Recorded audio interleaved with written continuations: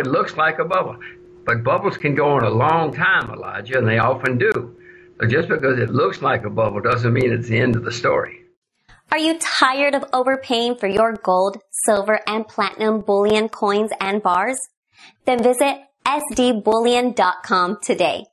SD Bullion was recently named the 177th fastest growing company in the United States by Inc. magazine. This is because they offer the absolute lowest prices in the industry and follow up with over-the-top customer service. So what are you waiting for? Go to sdbullion.com today and join more than 60,000 happy investors that save money on every precious metals purchase they make.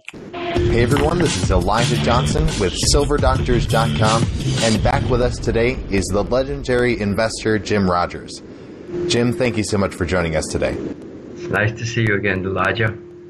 All right, now the first topic I'd like to discuss is Bitcoin, because this last week we just saw Bitcoin skyrocket, probably more volatile than we've almost ever seen with Bitcoin. It's around 15,000 right now. What is your perspective on what's been happening to this cryptocurrency? Well, Elijah, I'm not sure I'm the person to ask. I've never bought nor sold any cryptocurrency, so I wish I had. We all wish we had, whether it's a fraud or a scam or whatever it is. We all wish we'd bought it. I don't know. I know that the world has a money problem. I know that the internet has changed everything we know, and that the internet will change money as we know it.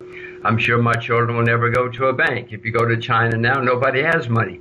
Everything is on their phone. If you want a cup of coffee, you put your phone there. If you want a car, you put your phone there, and you get it. So it's changing. Whether it's going to be Bitcoin or one of the others, I don't know. You've never heard of the company which invented the computer. You've heard of IBM. So just because you're first at something doesn't mean you're going to survive. We will see. It's certainly going to change. Whether it's Bitcoin or not, I don't know. Governments may come up with their own cryptocurrencies. All sorts of things will probably happen. Governments do not like losing control. I know you recently were on an interview and you were saying that it seems like what's happening with Bitcoin right now, it looks like a bubble. Is that correct? Well, Elijah, what I said was if I just took out the charts of this industry, whatever you want to call it, sector, 10 years ago there were none. Now there are over 2,000. And if I gave you that fact, and then I showed you the charts of 100 of them or 1,000 of them, and they all go like that, you would say, well, what is that? That's a bubble. Whether it's cotton or Brazilian stocks or whatever it happens to be, you would say that's a bubble. So it looks like a bubble. But bubbles can go on a long time, Elijah, and they often do. So just because it looks like a bubble doesn't mean it's the end of the story. Now, just today, Sunday, Eastern Time, late this evening, basically the Chicago Board Options Exchange announced Bitcoin futures, and Bitcoin jumped quite a bit. What is your perspective on the fact that now Bitcoin, there's futures involved in Bitcoin? Obviously, a lot of people want to play. Yeah. Somebody's been buying all these things. Somebody's been issuing new cryptocurrencies every week. So sure, there are plenty of people who want to play. You go down to the track, there are plenty of people who want to play. You go to the football pools, there are plenty of people who want to play. So yeah, there are lots of people who want to play this game. I'm not one of them, but so what?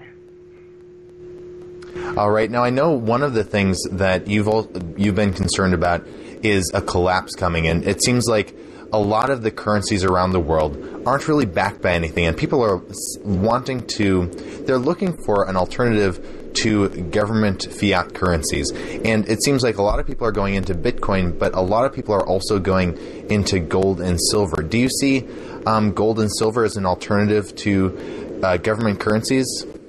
Well, I said before that the world has a money problem. You're alluding to the same money problem I was talking about. We all are losing confidence in governments. We're losing confidence in paper money.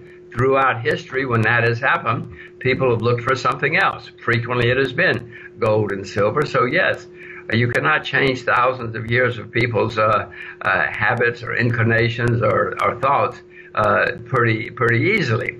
So yes, gold and silver have not lost their place in the world's system. You said people are losing money, losing confidence in things not backed by intrinsic value. Nothing is. I mean, all gold was everybody's belief that gold is a very valuable. I own gold. Don't get me wrong, but there's nothing intrinsically valuable about gold or silver. But gold and silver have been used for thousands of years. Definitely. And speaking of this collapse that you think is coming in the future, what is your perspective on the Fed's interest rate hike that they're looking to do very soon? And it seems like some people are looking for the Fed to raise interest rates again a couple times next year. Do you think this could possibly be like a catalyst for the market to finally come down? Because it seems like it's just been on an upward trajectory for a long time now. Well, it will be a catalyst, or maybe the catalyst that causes the stocks to finally go down. You know, stocks have been going up for 9 years now. That's very unusual in market history. Doesn't mean they can't go up 19 years without a correction, but it's unusual. So we're getting closer and closer. What I said was that we're going to have more economic problems and market problems. We've always had them. So saying that we're going to have more economic problems, it seems to me, it's pretty much like saying, well, next week it's going to rain. I mean, it's the way the world works. Now, for full disclosure, Janet Yellen, who's the head of the Central Bank of America, says, no, we're not ever going to have financial problems again in our lifetimes. So if you believe Mrs. Yellen, you should stop listening to me right now. I happen to know we will have more financial problems, and what I said was the next one, when it comes, is going to be the worst in our lifetime. 2008, we had a problem because of too much debt. But my goodness, the debt is much, much, much higher all over the world now. So the next time we have a problem, it's going to be real, real serious.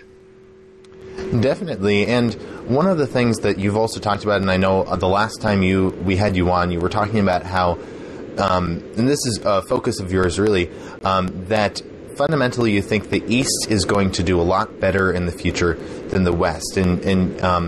And you think a lot of people, for that reason should learn Mandarin. You think that China is going to be very influential in the future. What are the fundamental reasons you think that the East is going to do better than the West? What are the differences, the different ways that maybe, for example, China is positioning themselves right now? Well, first of all, it's been the case many times in world history. In fact, over the last couple of thousand years, since the birth of Christ, India and China have been the number one countries most of the time in that 2,000-year period. It's only in the last couple of hundred years that Europe and the West have taken over that mantle. In China, they save and invest over 35% of their income. They educate their children. They work from dawn to dusk. They discipline their children. I mean, the difference in Asian education and Western education is astonishing. I moved to Asia and got my kids in Asian schools, and even I'm stunned. I knew it was a major, major difference, but I didn't realize it was this tough and this advanced. I mean, my kids are doing fine, so I'm not pulling them out, but it certainly is a major difference. There are lots of differences in the West and Asia. China is the only country in world history that's had recurring periods of greatness. Great Britain was great once. Rome was great once. Egypt was great once. But China's been the absolute top 3 or 4 times in history. They've also had total collapse and catastrophe 3 or 4 times in history. But they're the only nation that, after being at the bottom for decades or centuries, turns around and goes to the top again. I don't know why. I wish I did. I could get rich. Definitely. And I know one of the themes that I've definitely talked about on this channel, and a lot of my guests have talked about, is that it seems like China and a lot of other countries in the East, also India, have been accumulating gold. And the old saying is that the people who have the gold have the power. So do you think that has anything to do with it? That the East is now accumulating more gold? No, the reason they're accumulating gold is because they've been successful. You don't accumulate gold if you don't have the money to buy it. And the largest creditor nations in the world now are China, Japan, Korea, Taiwan, Singapore, Hong Kong. I mean, this is where the assets are, whether we like it or not. And so they've got to do something with their assets. And throughout history, people often put their money in gold and silver. They became successful before they started buying gold and silver. Definitely. And I know one of the things that Trump seems to be doing, he wants to kind of separate from the East. Do you think that's a good plan? Well, Mr. Trump is certainly making China great again. There's no question about that. He claimed he was going to make America, he's pulling out of Asia. That's leaving Asia to China. I mean, I'm appalled. I'm an American, so I don't like saying it, but, now he's just giving Asia to China. 3 billion people in Asia, and they all have the assets and the work ethic and the drive.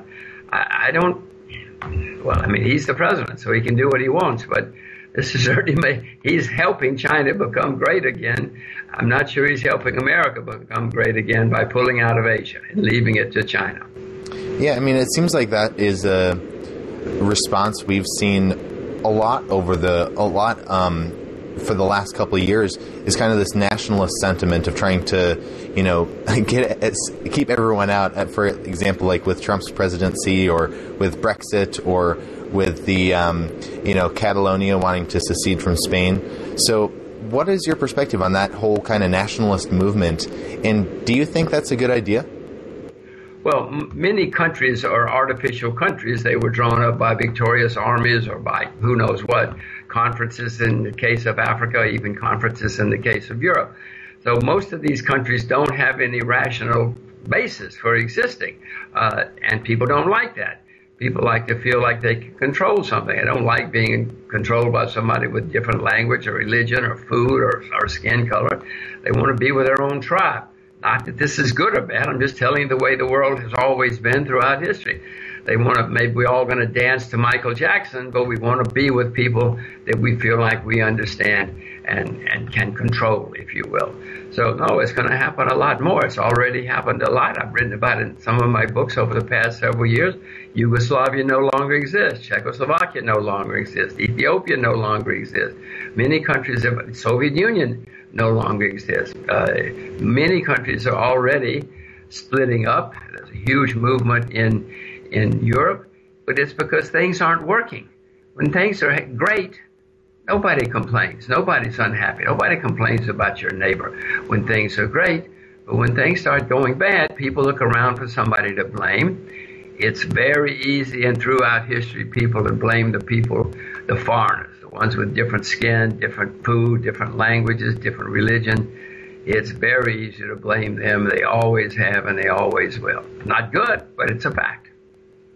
Now, is that the way to prosperity, though? Because it seems like, for example, with Trump, he wants to, he wants to bring jobs back to the United States and all that, and, kind of leave the East, as you're saying. But, I mean, is that the way to prosperity in your mind? Throughout history, countries that have closed off have gone into decline. Throughout history, the countries that are open and have lots of immigration have risen and become successful and rich, whether we like it or not. Immigrants bring energy. Listen, anybody will pack up and leave his country to go to a place where he doesn't know anybody and doesn't know the languages. That's a brave, ambitious person. That's the kind of people I want working for me. Anybody who's got that much initiative and ambition to do that. And that has always been true in history. They've got ambition, they've got brains, they've got energy, they've got drive. Sometimes they have capital, but at least they have ideas.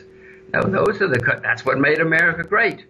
America was made great. America used to give people land to come to America. We'd beg people to come to America.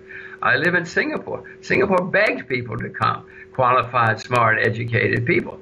So the countries throughout history that have brought in foreigners and immigrants have been the ones that have risen. 50 years ago, Burma was the richest country in Asia. They closed off, said, get out of here, foreigners. Then 50 years later, Myanmar was the poorest country in Asia, went into decline. I can give you many, many cases of countries that have closed off and gone into decline. So do you see that's what is happening in the United States right now? And then if so, what is your projection looking forward for the U.S.? Well, Mr. Trump will tell you that he's going to close off. Many people want to close off. They think that is a way to salvation. History shows that that's totally wrong. No, so I'm certainly against it. I would open all the borders everywhere. If I had anything to do with it, I would abolish passports. Who needs passports? We didn't have passports for a few thousand years. Passports have only been around for 100 years when the British started trying to control its own people. So no, I would open the borders. I would open everything. We'd be a whole lot better off. All right. Well, Jim Rogers, thank you so much for joining us today. Before we let you go, we just had 2 quick viewers' questions if you had the time. One of the questions is, how do you suspect that gold and silver miners are going to do if the S&P, Dow, and NASDAQ crash? The last time it happened, gold crashed too. Everything crashed. And that often happens when you have a panic. People they don't care. They just say sell. They don't care what they're selling because everybody's in a panic. Even they sell the good things instead of the bad things. So that may very well happen again. I expect it will happen again. In fact, I just hope I'm smart enough that if gold and silver go down in that kind of situation, that I will buy a lot more. Because before this is over, Elijah, gold and silver are going to get very overpriced. They're going to maybe turn into a bubble. No, gold. When people lose confidence in governments and paper money, they have always bought gold and silver. Maybe they'll buy cryptocurrencies too, but they'll buy all 3. Now, the second viewer's question is on cryptocurrencies, and they're wanting to know, what do you think countries, particularly in Asia, will do regarding cryptocurrencies? I know China has, tried to crack down on Bitcoin a lot. What is your perspective? Governments don't like losing control. And if there is something that they can, especially money, that they cannot control, they're going to do something one way or the other. They will figure it out. Now, the Bitcoin people say they cannot. We're smarter than they are. And they may well be smarter than the governments. But the governments have more guns. The governments have controlled the electricity. The governments can figure out one way or another to take the situation back. I'm not a fan of governments by any stretch of the imagination, but I do know who has the guns. All right. And if people are interested in learning more, maybe reading some of your books, where can they find you? Oh, well, Amazon will sell you any book I've written. It's very easy. I've got a website, but it's just a historic reflection of a couple of my trips around the world. I don't have anything to sell, I'm afraid. All right. Well, Jim Rogers, we really appreciate your time today. Thank you. Bye-bye, Elijah.